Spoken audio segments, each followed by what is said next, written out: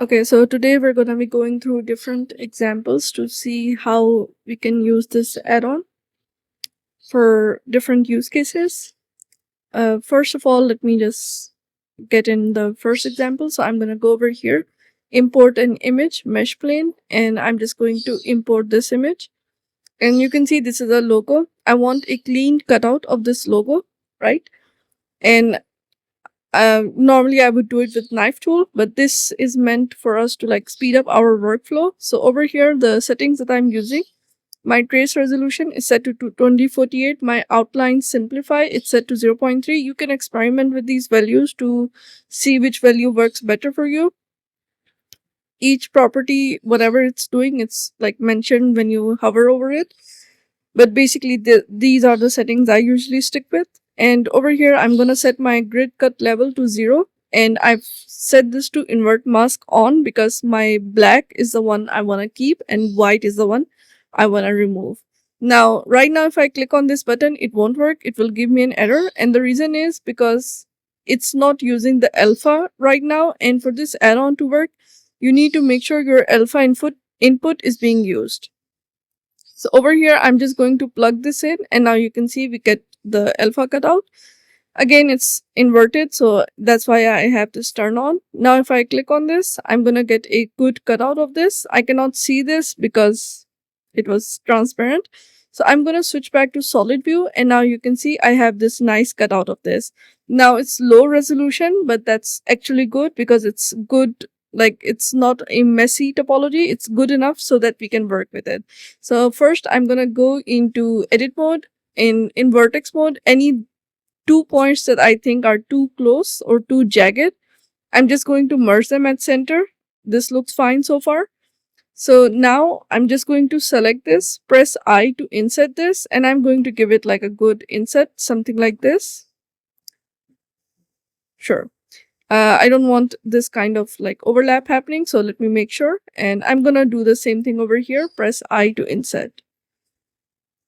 Okay. And let me just bevel this out so we get nice cut over here too. Something like that.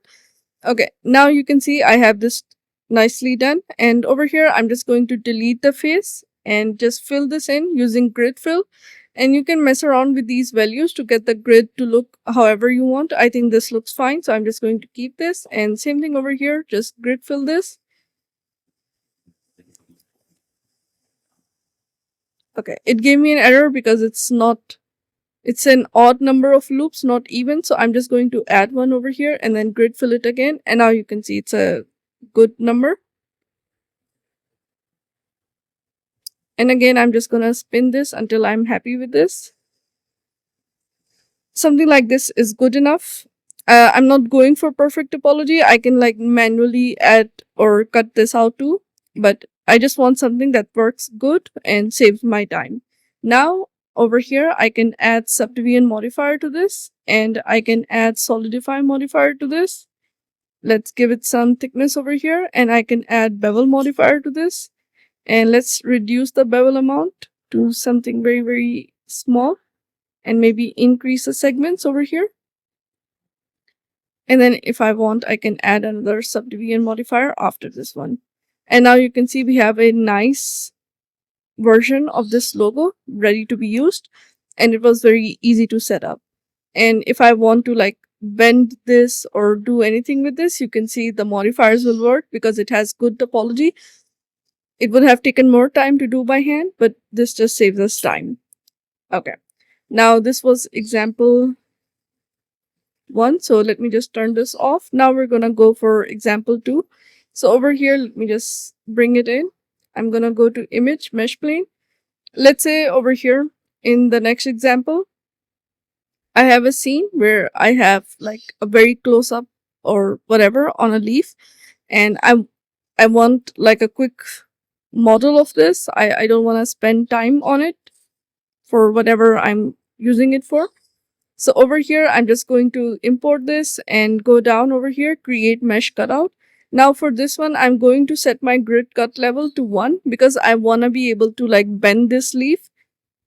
We can add the topology the other way too, but this is much more complex. So I would rather not spend the time and just make it like this. So I'm just going to click on this.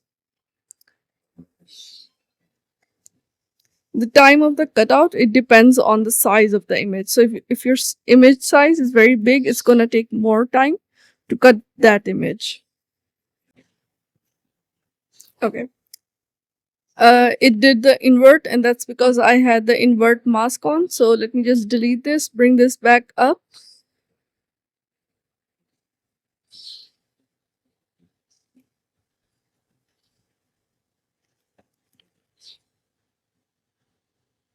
Okay. And now over here, let me just turn off invert mask, and I'm going to do it again.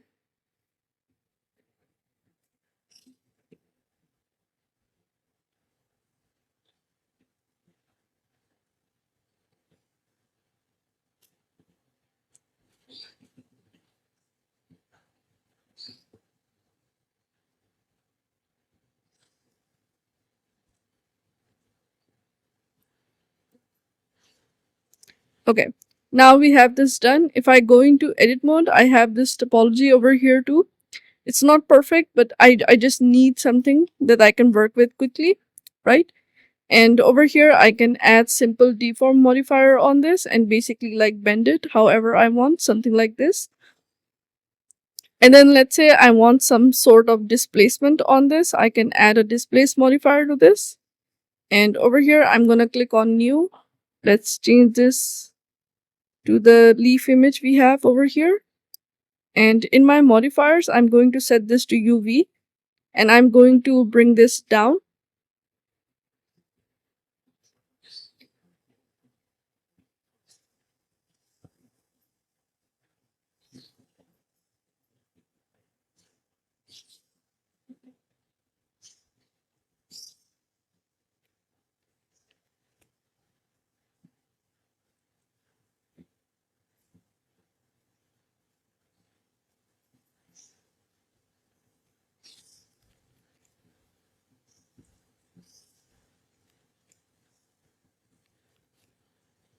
Okay. Now you can see we get some displacement over here too. Again, this is not a good image for displacement because it has a lot of white spots in it. But you can see I'm getting even a good result over here too. And I can like tweak this as much as I want based off like whatever my input is. If you have an actual displacement map, that will give you a better result than this. But this should still demonstrate like what we're trying to do over here. And then we can add solidify to give it some small thickness. Sure, something like this. So this is a very quick cutout of this, and you can see it will work with like deform modifiers or anything you have in mind. So it's easier to like mess around with. And again, we're not worried about topology because it's meant for like a quick solution when you don't want to spend the time to like cut this out. And if you wanted to, you could have done the grid cutout with like level set to 0, and then you can do it by hand.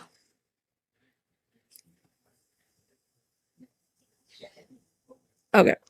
Now let me just turn this off, and I'm gonna create a new collection for example 3, and let's import our next example. So over here again, let's say it's some sort of background prop or something, but I want a photo frame that I can have on a wall or something. Again, I don't want to spend the time to cut this out by hand. Whatever it is, let me just set the grid count to 0, or if you want, you can set it to 1. So later on, you can use displacement.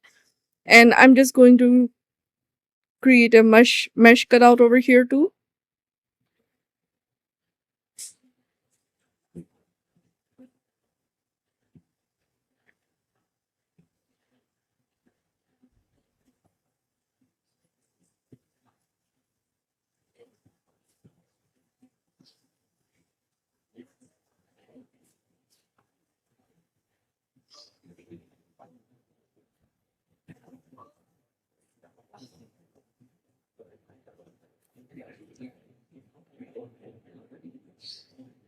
Okay.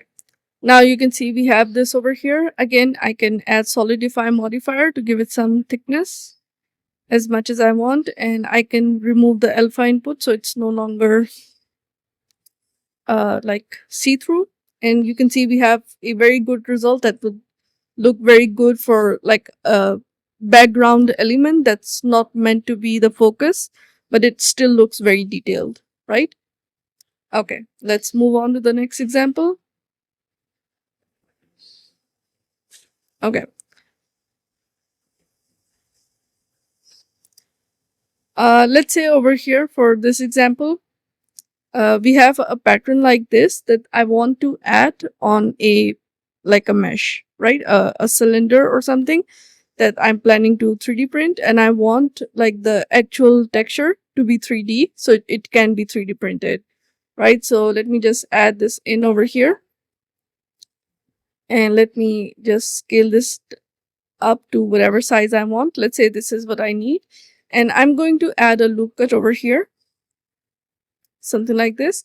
And over here on this area is where I want the texture to be. So over here, I'm gonna add in my texture input, which is this thing over here.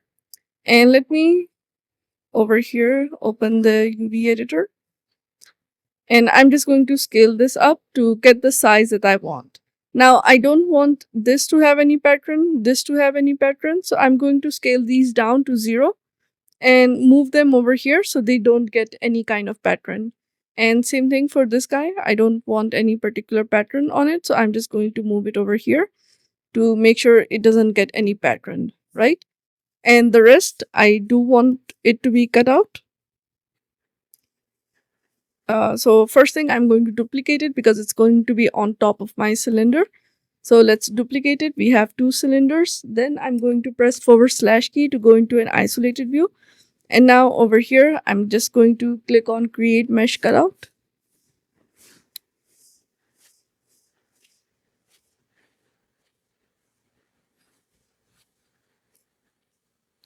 Okay, again, we need to connect our alpha input, otherwise it doesn't work. So let me just connect this over here.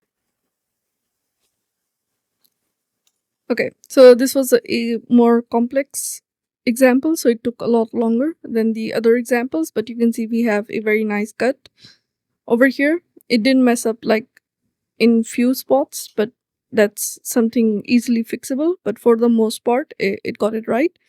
And now if I go back over here, and let me just go to this top part and bottom, I'm going to press I to insert it, then bridge this so we get a hole over there.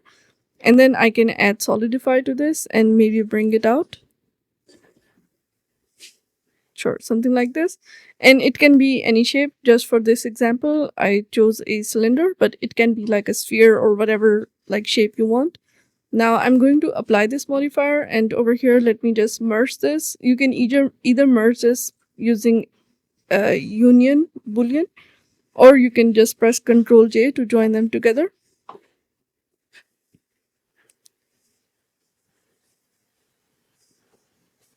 Okay. Now with this set, if this is meant for 3D printing, I would just remesh this and like set this to whatever, however pixels make sense.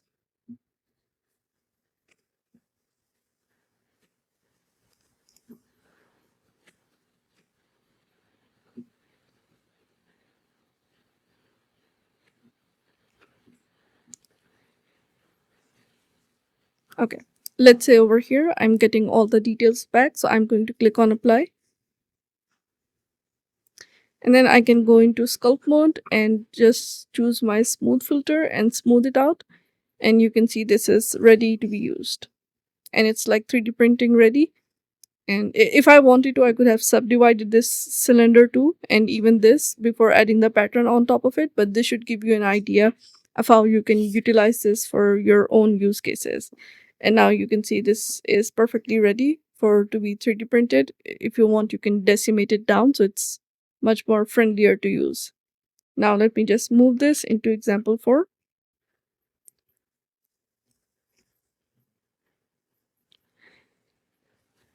And now we're gonna go through example 5, which is basically a combination of different, like all the things that we have done. It's just going to be a combination of all of those. So over here, let me go back to this add-on and let me go to image mesh plane, and I'm going to import this image, right?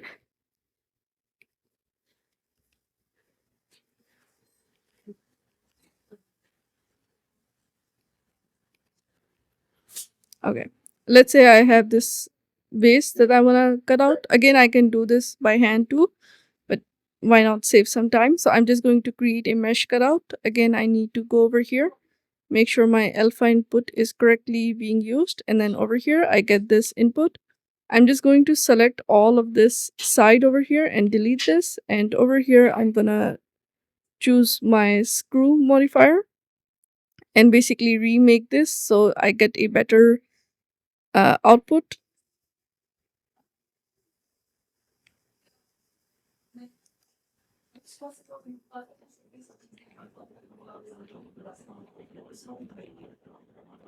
Something like this.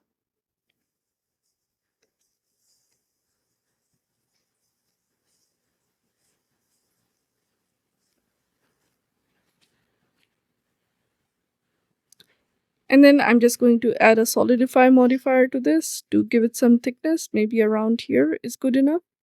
And let's add a subdivision modifier so we get a very nice and smooth kind of look. Something like this.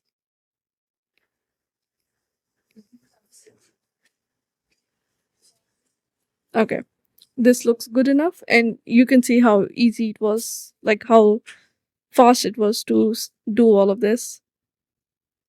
Okay, now with this done, I want to add a pattern on it, a custom pattern on it. And let's say I have a shader over here, which is this example.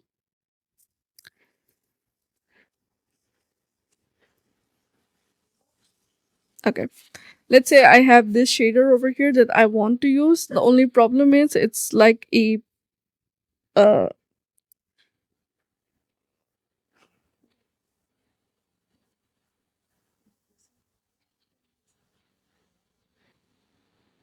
it's a shader that has like this entire setup on it. Now, if I click on over here,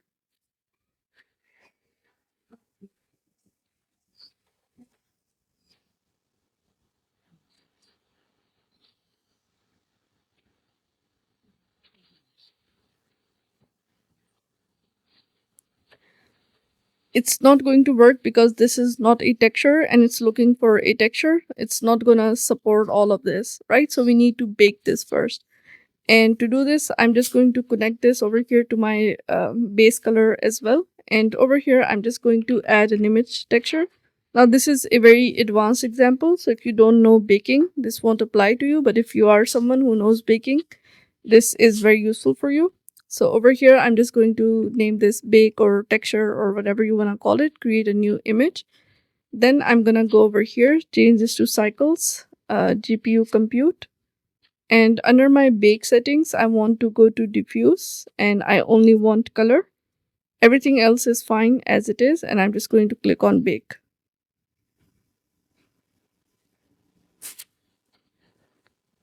Now let me open this UV editor over here. Okay, I need to bring this down first.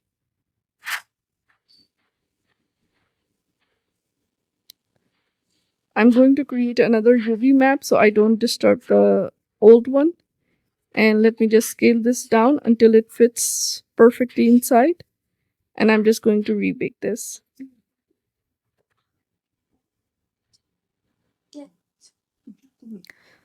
Okay, now I'm gonna go over here to image, save as, and just save this as a big export over here. And then in the other file, I can just import this as a texture. So I'm gonna go into material view, delete this input, and bring in the input I just baked, like this one. And over here, I'm going to apply the screw modifier so I can UV unwrap this properly. So I'm going to add a seam over here, then unwrap minimum stretch. And over here, I'm going to just make sure my UV is straight. Again, this is a very complex example, so it's just meant to show you how you can use this in different ways. You don't have to like follow along. It's just like an example to show.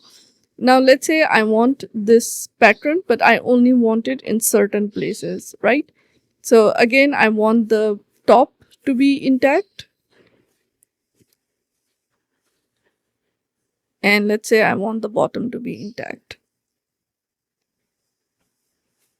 Right. I'm just going to scale the UV down to 0 and move this over here into a known cutout area like this.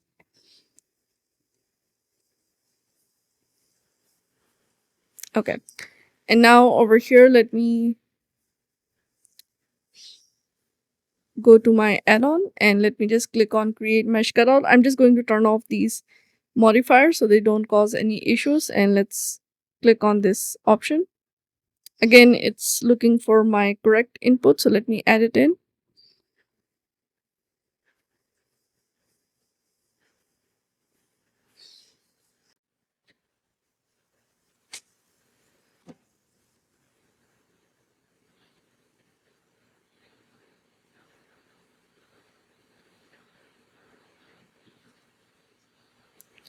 Okay, now you can see we got this kind of pattern on top of our model.